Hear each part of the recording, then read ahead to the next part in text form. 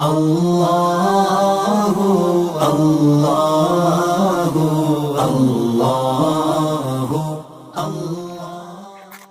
الحمد للہ وکفى وسلام علی عباده الذین اصطفى اما بعد فاعوذ باللہ من الشیطان الرجیم بسم اللہ الرحمن الرحیم یا ایہا الذین آمنوا کتب علیکم الصیام کما کتب علی الذین من قبلکم لعلکم تتقون۔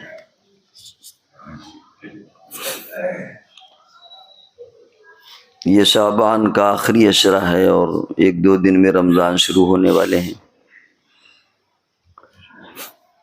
رمضان سے پہلے ہمیں اپنے نظام الاوقات کو بھی درست کرنے کی ضرورت ہے تاکہ اس مبارک مہینے کو ہم اچھی طرح وصول کر سکیں، اس میں ہم اچھی طرح عبادت کر سکیں اور ہمارا کوئی وقت ضائع نہ ہو۔ اسی طرح اپنی عبادتوں کی کیفیات کو بہتر بنانے کی ضرورت ہے۔ کیفیات سے مراد ہے کہ جو ہماری عبادت کا ایک ڈھانچہ ہے اور عبادت کو جو ایک مقصد اور کیفیات ہیں، ان کو ہم کیسے اور بہتر بنائیں۔ ہر سال ایک سال کے بعد گھوم گھوم کر کے رمضان آتا ہے اور اس سے ہمیں اپنی پچھلی زندگی کے تعلق سے جائزہ لینے کی بھی ضرورت ہے کہ ہم اس میں جائزہ لیں کیسی زندگی اب گزری اور آگے کیسی گزرنا ہے، کیا کمیاں ہیں جن کو دور کیا جا سکتا ہے۔ جس طریقے سے بہت سی چیزوں کی سالگرہ ہوتی ہے تو رمضان میں بھی نزول قرآن کی ایک سالگرہ ہوتی ہے۔ رمضان میں رسول اللہ صلی اللہ علیہ وسلم پورے قرآن کا آپ دور کیا کرتے تھے حضرت جبریل علیہ السلام کے ساتھ۔ تو دنیاوی چیزوں میں تو سالگرہ یا تو خرافات ہوتی ہیں یا رسومات ہیں اور یا زیادہ زیادہ مباح کہ ٹھیک ہے گنجائش ہے کر لے آدمی، لیکن عبادت کے تعلق سے اس میں کوئی حرج نہیں ہے کہ سالگرہ کسی چیز کی ہو، جیسے نزول قرآن کی، اس میں آدمی کو اہتمام کرنا چاہیے۔ تو یہ کہ ہم اپنی عبادت کی کیفیات کو کیسے بڑھائیں، اس کو کیسے بہتر بنائیں، اس کو سمجھنے کے لیے آپ یہ سمجھیں کہ ہر عبادت کی ایک روح ہے اور ایک جسم ہے، اور دونوں کا وجود ضروری ہوتا ہے۔ روح کے بغیر جسم مردہ بے جان ہوتا ہے، بے قیمت ہوتا ہے، اور جسم کے بغیر روح کا بھی وجود ممکن نہیں ہے، دونوں ایک دوسرے کے ساتھ ہے۔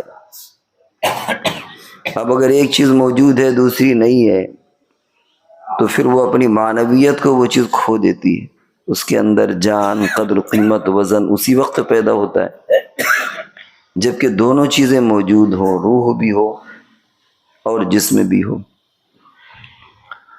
جس طریقے سے انسان میں ایک روح اور ایک جسم ہے، جسم کے بغیر روح کا وجود نہیں ہوتا۔ اگر کوئی آدمی جسم کو راستے سے ہٹا دے تو روح بھی ختم ہو جائے گی، رخصت ہو جائے گی۔ یہ جسم روح کی سواری کا کام کرتا ہے، اور سواری کے بغیر سوار کا تصور ممکن نہیں ہے۔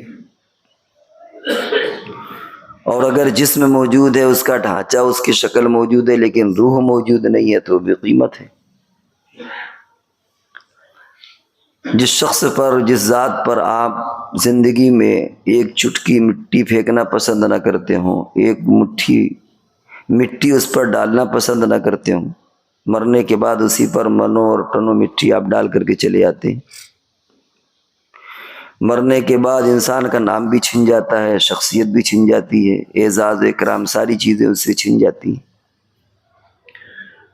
آپ کسی ایسے گھر پہنچے جہاں مٹی ہو گئی ہو تو آدمی کیا کہتا ہے؟ جنازہ۔ یہ نہیں کہتے حضرت علامہ فہامہ فلاں فلاں، کچھ نہیں، بلکہ ہوتا ہے کہ مٹی کہاں رکھی ہے، جنازہ کہاں رکھا ہے۔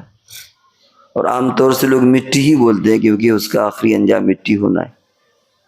کیوں؟ اس لیے کہ روح نکل گئی. تو معلوم یہ ہوا کہ روح اور جسم دونوں کا تال میل ہے. اگر جسم موجود ہے، روح نہیں ہے، تو اس کی قدر و قیمت ختم ہو جاتی ہے، گھٹ جاتی ہے. ٹھیک اسی طرح عبادت کی بھی ایک روح ہے اور ایک اس کا جسم ہے. ہم نماز پڑھتے ہیں، نماز کی بھی ایک روح ہے، ایک جسم ہے. جسم تو وہ ہے کہ ہم 4 رکعت 2 رکعت یا 3 رکعت جو بھی ہم پڑھتے ہیں اس کا ایک ڈھانچہ ہے. تکبیر تحریمہ سے لے کر کے سلام پھیرنے تک اس کی ایک شکل ہے، ایسے ایسے آپ کو کرنا ہے، یہ اس کا ایک ڈھانچہ ہے.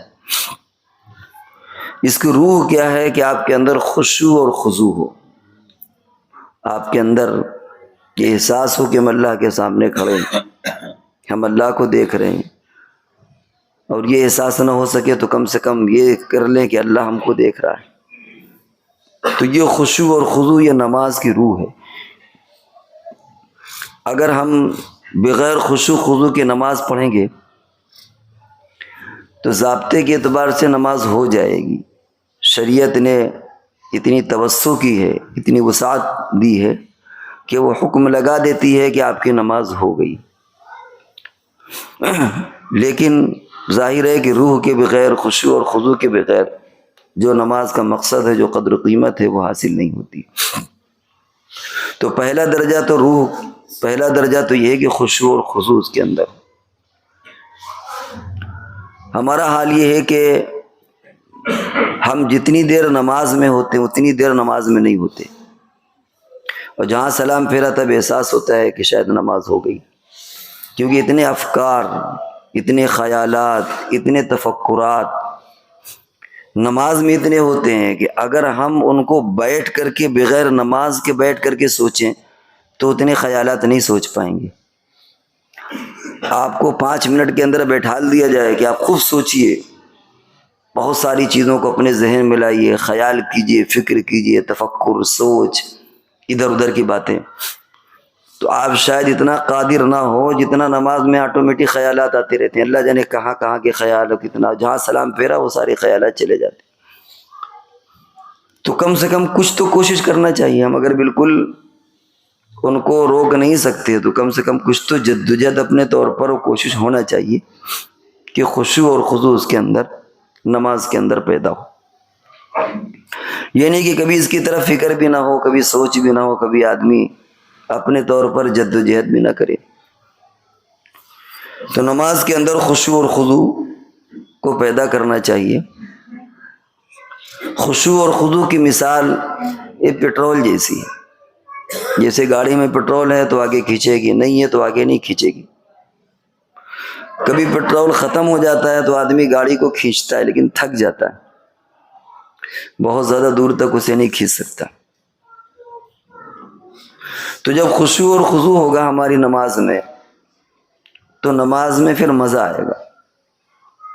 پھر ہم ٹکر نہیں ماریں گے، زیادہ پڑھنے کی کوشش کریں گے. ورنہ ہوتا یہ ہے کہ فرائض بھی بہت مشکل سے پورے ہوتے ہیں، اور فرائض تو امام کے پیچھے ہے، جیسے تیسے ہم نے پڑھ لیا، کیونکہ امام سے پہلے تو نماز سلام پھیر نہیں سکتے. لیکن اس کے بعد جب اپنی نماز پڑھی تو فٹافٹ ٹکر ماری اور چلے گئے. کیونکہ گاڑی میں پیٹرول تو ہے نہیں، آپ کھینچ رہے ہیں اور آدمی جلدی تھک جاتا ہے. لیکن اگر خشوع اور خضوع ہوگا تو لذت محسوس ہوگی. پھر آپ چاہے جتنی دور چلے جائیں، فراٹے بنے، آپ کو لذت آئے گی، مزہ آئے گا، آپ کو تکان نہیں ہوگی. لیکن اگر گاڑی پیٹرول سے خالی ہے تو کتنا کھینچیں گے، تھک جائیں گے آپ. اسی لیے بہت سے لوگ ہمت چھوڑ دیتے ہیں، نماز شروع کی پھر اس کے بعد چھوڑ دیا. اور کچھ ہیں بس مارے ڈھکیلے کی پڑھ رہے ہیں، لیکن اندر سے کوئی لذت محسوس نہیں ہوتی. اور اسی لیے تکان بھی ہو جاتا ہے نماز پڑھنے میں، کیونکہ اندر سے من نہیں ہے. رسول اللہ صلی اللہ علیہ وسلم کے بارے میں آتا ہے حدیثوں میں کہ آپ کے پیروں میں ورم آ جاتا تھا. اب آپ یہ سوچیں کہ پیروں میں ورم کتنی دیر میں آئے گا. بہرحال آپ کوئی کمزور تو تھے نہیں، آپ تو روئے زمین پر سب سے زیادہ طاقتور تھے. بلکہ روایتوں میں آتا ہے کہ 40 جنتی مرد یا 100 جنتی مردوں کی آپ کو قوت دی گئی تھی، وہ بھی جنتی مرد. ہم لوگ تراویح پڑھتے ہیں کوئی 4 پارا، کوئی 5 پارا، کوئی 3 پارا، 1.5-2 گھنٹے کھڑے رہتے ہیں، لیکن ہم میں سے کسی کے پیروں میں ورم نہیں آتا۔ اس کا مطلب یہ ہے کہ حضور صلی اللہ علیہ وسلم اور زیادہ پڑھتے ہوں گے، تبھی تو پیروں میں ورم آئے گا۔ ورنہ 1-1.5 گھنٹہ اگر کوئی آدمی رات میں نماز پڑھے تو اس میں ورم آنے کا کوئی نہیں، سوال ہی نہیں پیدا ہوتا۔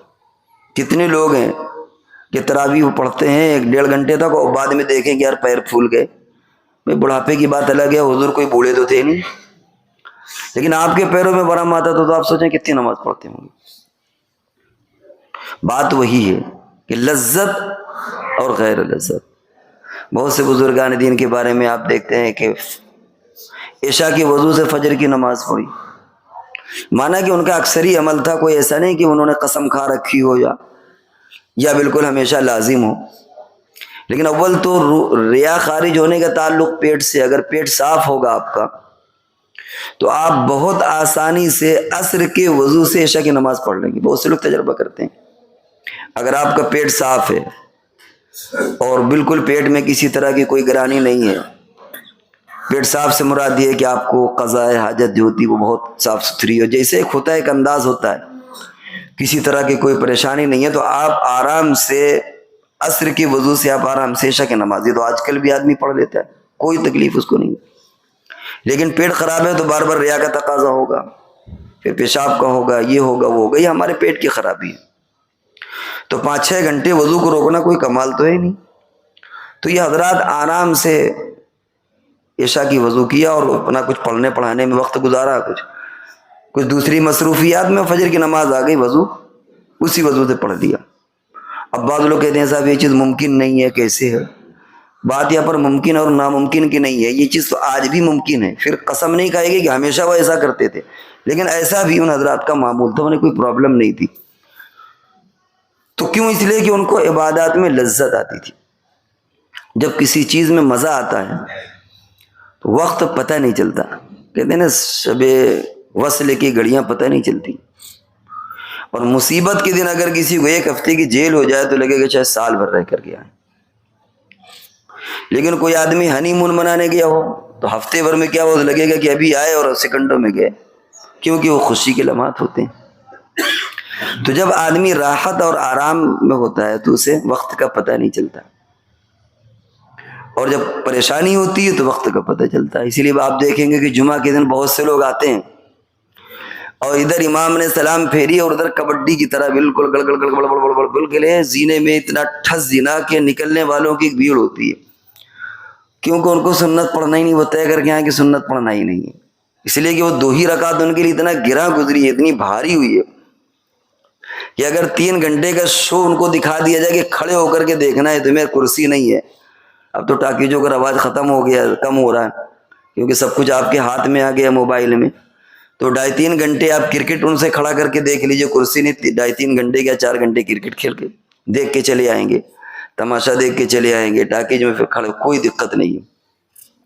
لیکن 4 سے 5 منٹ جمعہ کے وقت میں کتنی گرانی ہوتی کہ جہاں ادھر سلام پھیرا، کسی نے دعا مانگی، بہت کمال کر دعا نہیں، بمشکل اگر دعا مانگ بھی لی تو بس جو تیزی سے نکلنے کا راستہ وہ یہی بات ہے کہ اندر سے گرانی بہت ہے، اندر سے اتنا تھک گئے ہیں، وہ اتنی زیادہ بھاری پن ہے کہ وہ بس اب اور کیسے کیا کرے۔ تو آدمی کو جب کسی چیز سے عشق ہوتا ہے، محبت ہوتی ہے، اندر سے خشوع خضوع، اسے لذت ملتی ہے، تو پھر اس کا پتہ نہیں چلتا۔ اور بیزاری ہے تو مغرب کے بعد کی 4 رکعت سنت بھی بہت مشکل ہے، 2 پڑھ لیا ہے وہی بہت ہے، ہمارے ڈھکیلے، اور بھی نمازوں کا یہی حال ہے۔ تو صحابہ کرام اور رسول اللہ صلی اللہ علیہ وسلم کو چونکہ عبادات میں لذت آتی تھی، اس لیے حضرت عبداللہ بن عمرو بن عاص کا واقعہ ہے، فرمایا حضور علیہ السلام نے فرمایا کہ تمہارے بارے میں معلوم ہوا ہے کہ تم دن بھر روزہ رکھتے ہو، رات میں تلاوت قرآن کرتے ہو۔ فرمایا کہ اللہ کے رسول کیا حکم ہے؟ فرمایا کہ اس کو کم کر دو۔ آپ نے فرمایا 20 دن، فرمایا اور کم۔ انہوں نے کہا میں اتنی طاقت رکھتا ہوں، آپ نے فرمایا اور کم۔ پھر 1 ہفتے میں آپ نے اس کو روک دیا کہ ٹھیک ہے 1 ہفتے تک تم۔ چنانچہ معمول تھا، اسی سے یہ منزل جو ہے نا 7 منزلیں، یہ وہی 1 ہفتے کا ہے کہ بھائی کم سے کم 1 منزل آپ پڑھ لیں تو 1 ہفتے میں قرآن ختم ہو جائے۔ پھر لوگوں نے کہا یہ تو بڑا مشکل ہے، 30 پارے کر دیے، کم سے کم 1 پارہ تو ہونا ہی چاہیے۔ اور ایک پارہ اگر آدمی آرام سے پڑھے تو 25 منٹ میں آدھے گھنٹے میں آرام سے اس کا ہو جائے گا، وہ ٹھہر ٹھہر کے. تو اتنا حق تو بنتا ہی ہے کہ کم سے کم ایک پارہ روزانہ پڑھ لے. لیکن ہمارا کیا حال ہے، شاید ہم میں سے کتنے ہوں گے کہ زندگی بھر پورا قرآن نہیں ہو پاتا. رمضان میں کچھ ہو گیا تو ہو گیا، ورنہ وہ بھی پوری زندگی اگر ملا کر کے دیکھیں پورا قرآن نہیں ہو پاتا. تو اگر نماز میں کسی عبادت میں لذت ملے گی تو پھر کیا ہوگا، اس کا کرنا آسان ہوتا ہے. تو خشوع خضوع اپنے اندر پیدا کریں. اور دوسری چیز یہ بھی ہے کہ اس کے اندر معانی کا فہم بھی ہو. یہ نہیں کہ پوری زندگی آدمی گزار دے اور کبھی یہ بھی نہ سوچے کہ ہم کیا کہہ رہے ہیں، یہ بھی کبھی سوچنے کی فکر و توفیق اس کو نہ ہو. بڑا احمق انسان وہ کہلاتا ہے جو زندگی بھر صرف ایک دکان پر قناعت کر دے، کبھی اس کے دل میں تمنا یا نہ پیدا ہو کہ یار ہمارا کاروبار بڑھے. کوئی بھی کاروباری ہوگا اتنا تو کم سے کم اس کے دل میں ہوتا ہی ہے کہ یار ہمارا کاروبار تھوڑا سا بڑھے، گھٹے نہ بڑھے. نہ بڑھے ایک الگ بات ہے، نقصان ہو جائے گا، لیکن آدمی جد و جہد ضرور کرتا ہے. لیکن یہ ہمارا حال ہے کہ جو پیکج ہم نے بنا لیا ہے کہ زوار میں اتنی، وہ اتنی، بس اسی پیکج پر آ کر کے رک جاتے ہیں. اندر سے جد و جہد نہیں ہوتی کہ کم سے کم نماز اگر ہم پڑھ رہے ہیں تو اس کے اندر خشوع خضوع پیدا کریں. خشوع خضوع اگر آ گیا ہے جتنا بھی صحیح، تو کم سے کم کچھ معانی کی فکر کر لیں کہ یار آدمی سعودیہ جاتا ہے تو کچھ دن میں وہ عربی سیکھ لیتا ہے، مجبوراً آدمی کچھ نہ کچھ دوسری زبان سیکھ لیتا ہے. اور ہم زندگی بھر سورہ فاتحہ کا ترجمہ نہ سیکھ سکے، چند صورتوں کا ترجمہ نہ سیکھ سکے، سبحان ربی الاعلیٰ سبحان ربی العظیم کا ترجمہ نہ سیکھ سکے. اگر آپ صبح سے شام تک بیٹھیں تو سیکھ لیں گے، 2 دن نہیں لگیں گے. ایک دن اگر آپ بیٹھیں کہ اس کا کیا مفہوم، پوری نماز آپ کو بامانہ یاد ہو جائے گی. لیکن ہم نے کبھی ادھر توجہ نہیں کی. تو اس لیے اپنی نماز کو بہتر بنانے کی ضرورت ہے. اب یہ کہ جو رمضان شروع ہو رہا ہے اس کے کچھ اعمال ہیں. رمضان کا پہلا عمل تو روزہ رکھنا ہے. روزے میں نفس اور معدے پر کنٹرول ہوتا ہے، اور تمام لذتوں کی بنیاد یہی 2 چیزیں ہیں، یا تو پیٹ یا شہوت شرمگاہ، اور ان دونوں چیزوں کا کنٹرول ہوتا ہے. اسی طرح دوسرا عمل ہے تراویح. تراویح میں 20 اور 8 رکعت کے لوگوں کو بڑی، اس میں بحث کرنے کی ضرورت نہیں ہے. بھائی ایک حضور علیہ الصلوۃ والسلام کے زمانے سے پوری امت کا ایک معمول رہا ہے 20 پڑھنے کا. کچھ لوگ 8 پڑھیں تو جانے دو، جھگڑے کی ضرورت نہیں. لیکن افسوس یہ ہے کہ 20 رکعت والے تو یہ کوشش زیادہ نہیں کرتے 8 والوں سے کہ تم 20 پڑھو. لیکن تماشا یہ ہے کہ جو 8 پڑھتے ہیں ان کی کوشش یہ ہوتی ہے کہ تم 8 پر آ جاؤ، یعنی 20 نہ پڑھو 8 آ جاؤ. ان کو اتنی فکر، اس کی فکر اتنی نہیں ہوتی کہ جو نہیں پڑھ رہے وہ پڑھنے والے بن جائیں. ہاں اتنی فکر ضرور ہوتی ہے کہ جو 20 ہے وہ 8 پر آ جائیں. یہ بھی ایک بلا وجہ کی بات ہے. ٹھیک ہے اگر علمی کوئی اختلاف ہے تم اپنی جگہ خوش ہو، اپنی جگہ خوش، یہ کوئی بحث کا موضوع نہیں ہے.